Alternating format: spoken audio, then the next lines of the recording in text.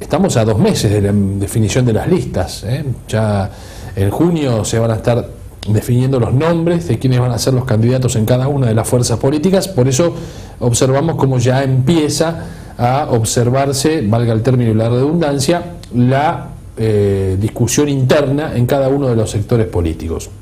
Básicamente hoy hay 3 sectores que están fuertemente con presencia fuerte, digamos, en la provincia de Buenos Aires. Obviamente uno es el oficialismo, otro es el peronismo en todas sus vertientes y variantes. La verdad que hoy la realidad del peronismo es una realidad muy atomizada, nadie tiene muy en claro quién es el que conduce políticamente el peronismo, no hay conductor hoy del peronismo claramente.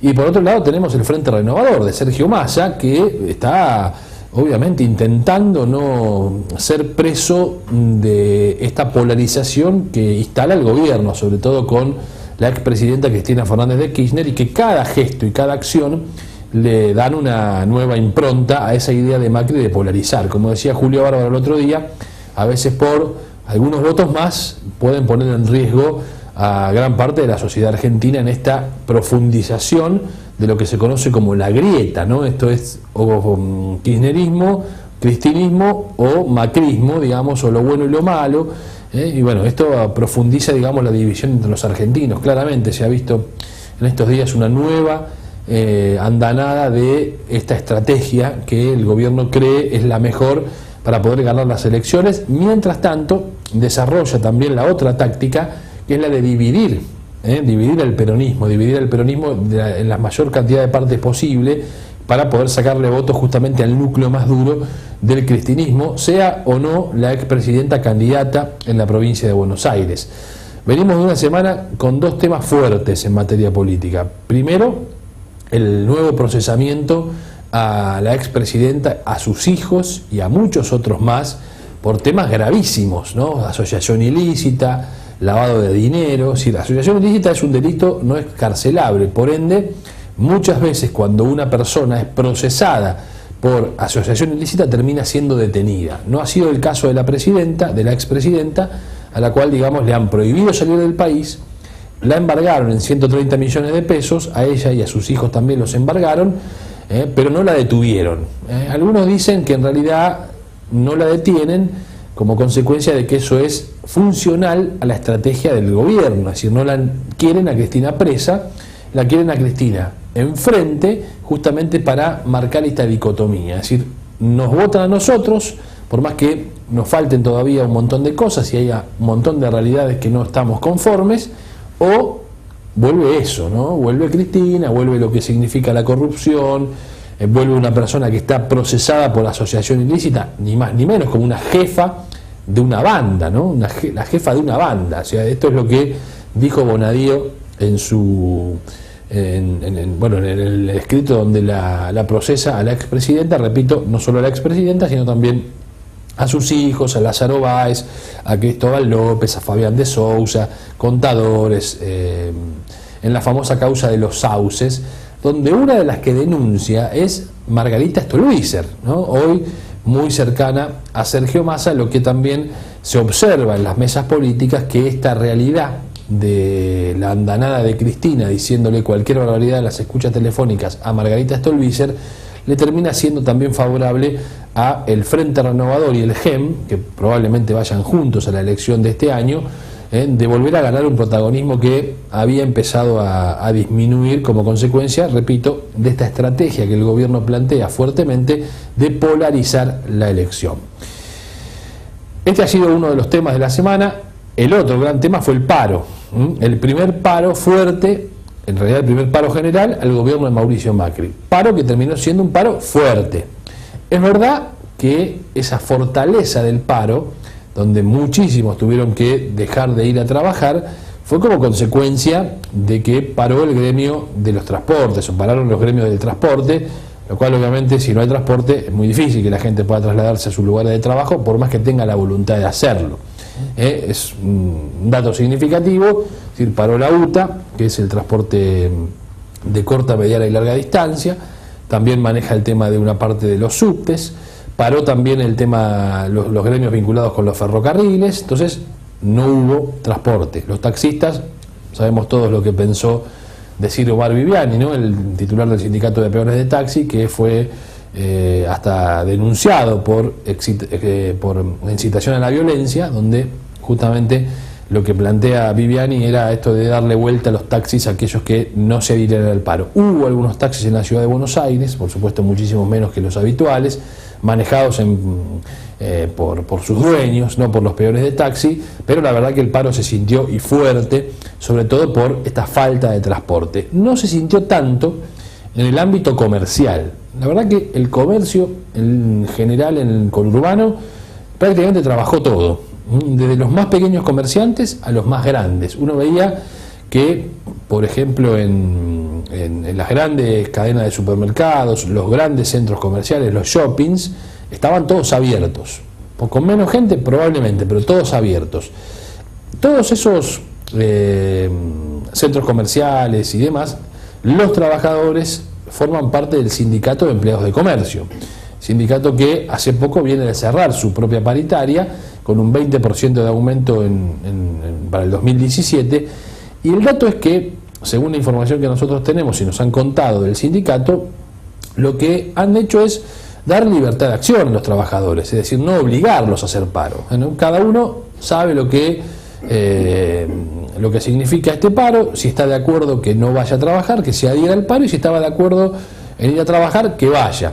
Eso sí, como el transporte no funcionaba, lo que han pedido un poco los sindicalistas vinculados al comercio es que los empresarios no terminen sancionando al trabajador que no pudiera ir a su lugar o a su puesto porque no estaba posibilitado de hacerlo como consecuencia de que no había transporte para poder viajar. Pero muchos decidieron sí hacerlo, ir, y también fue muy interesante cómo se discutió el tema del paro en la provincia de Buenos Aires y en los municipios.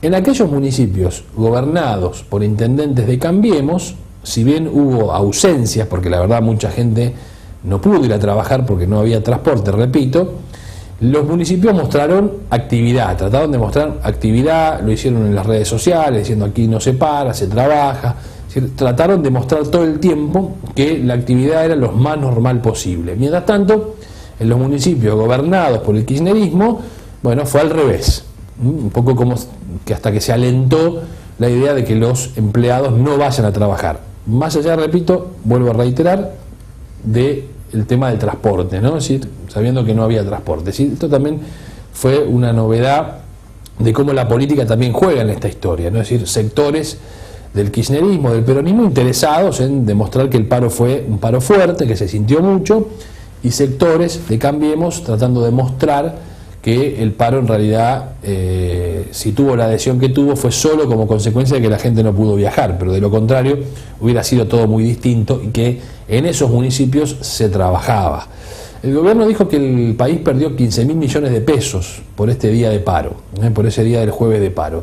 Los trabajadores, ¿qué dicen de la CGT? ¿Cuánto ha perdido el poder adquisitivo de los trabajadores en todo este tiempo? Seguramente mucho más dinero que esos 15.000 millones de pesos. La cuestión es que la discusión está abierta, que uno imagina hacia adelante mayor tensión, no menor tensión, porque el gobierno poco ha como desconocido el poder de este paro, digamos, diciendo que no había motivos reales como para hacerlo en este momento. Así que tendremos por delante, me parece, un crecimiento, espero equivocarme, de la conflictividad, no solo social, sino también de la conflictividad sindical, porque la verdad es que la mayoría de los integrantes de la CGT, de los gremios más fuertes, hasta ahora había venido acompañando, observando y acompañando el rumbo del gobierno de Mauricio Macri. Esto lo grafica muy bien Luis Barrio Nuevo cuando expresa en diferentes entrevistas que dio en estos últimos días que habló mucho con Macri, que durante mucho tiempo le dijo un montón de cosas, conociendo que Barrio Nuevo tiene una llegada muy particular al presidente de la República por muchos años de conocimiento, pero que Macri no escuchó, que como consecuencia de que no escuchó ya no quedó alternativa de convocar a esta medida de fuerza para llamarle la atención al gobierno y decirle: guarda que se están equivocando, están yendo por un camino complicado, esto puede ser que se profundice si no toman algunas medidas vinculadas directamente al salario de los trabajadores y a evitar que sigan habiendo o suspensiones o pérdidas de trabajo, etcétera, etcétera. Así que, dato político fuerte, primer paro general contra el gobierno de Mauricio Macri, con la adhesión de prácticamente todos los sindicatos, a excepción de aquellos que están enrolados en las cercanías de las 62 organizaciones peronistas que conduce Jerónimo Venegas, titular del gremio de la UATRE, que hoy apoya a Cambiemos, apoya a Macri, apoya el gobierno. Paradoja de esta situación, el brazo político peronista de la CGT, las 62 organizaciones peronistas, apoyan al gobierno. Y entonces obviamente los gremios que están allí, que tienen fuerte presencia, decidieron no adherirse al paro, por una cuestión obvia: si están de acuerdo con el gobierno no van a tomar la decisión de parar en este día muy particular. Bueno, esta es la realidad de una Argentina que no termina de arrancar nunca, es decir, que vuelve a repetir sus viejos esquemas de hace añares. Siempre se terminan utilizando los mismos métodos para discutir cuestiones que no se saldan nunca. La metodología es la misma en la década del 50, en la del 60, en 70, en la del 80, en la del 90, en la del 2000, en la del 2010, es la misma metodología. Vamos al paro, desde ese lugar nos ponemos, digamos, enfrente del gobierno de turno y le pedimos que rectifique o ratifique. El otro gran tema que dejó esa medida de fuerza fue la cuestión de la calle, y los famosos piquetes, cortes de calle, cortes de ruta. El gobierno en eso pudo mostrar esta vez una medalla. Logró garantizar en la mayoría de los casos el libre tránsito de la gente que quería poder moverse por la ciudad de Buenos Aires y sus alrededores, despejando los piquetes.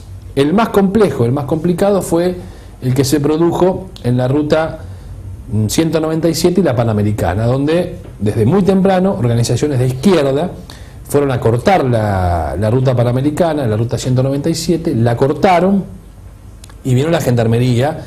Primero les dijo: despejen por lo menos un carril para que la gente que quiera transitar lo pueda hacer en los autos.